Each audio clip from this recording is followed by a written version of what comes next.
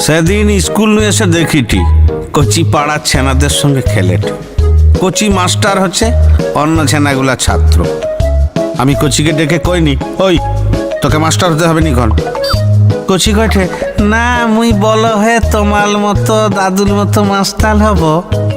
মাথায় মুহূর্তে এখন আগুন জ্বলেঠে। রাগের মাথায় এক সাঁটি মেরে কইনি, ভাগি কান্নু, গরু চড়াই বিজা, তাতেও অনেক সম্মান পাবি। কচির মা এসে কয়টে, তোমার কি ছাত্র পড়ি পড়ি মাথা খারাপ হয়েছে নাকি? বাবুকে কি কৌঠো, মাস্টার নয় গরু চড়াইতে? হ্যাঁ হ্যাঁ কইঠি, মাস্টারের আর কোনো সম্মান নাই। মোদের অবস্থা এখন সাঁকের করাত, এগালেও দোষ পিছালেও দোষ। বাবা যখন মাস্টারি করত তাদের কত সম্মান ছিল। সেই ঠিক মোর মনে স্বপন ছিল মুইও বড় হয়ে মাস্টার হব। জয়েন্টে চান্স পেয়েও ইঞ্জিনিয়ারিং পড়তে যায়নি খন। একদিন বেশ মনে আছে, বাবা পল্টুকে স্কুলে কি মারটাই নাই মারলো, অঙ্ক পারেনি খন তাই।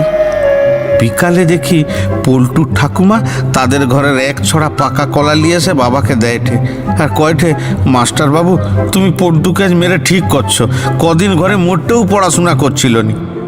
এবার যদি মন আসে বাম্মা মরা ছেনাটাকে একটু শাসনে রাখো বাবু।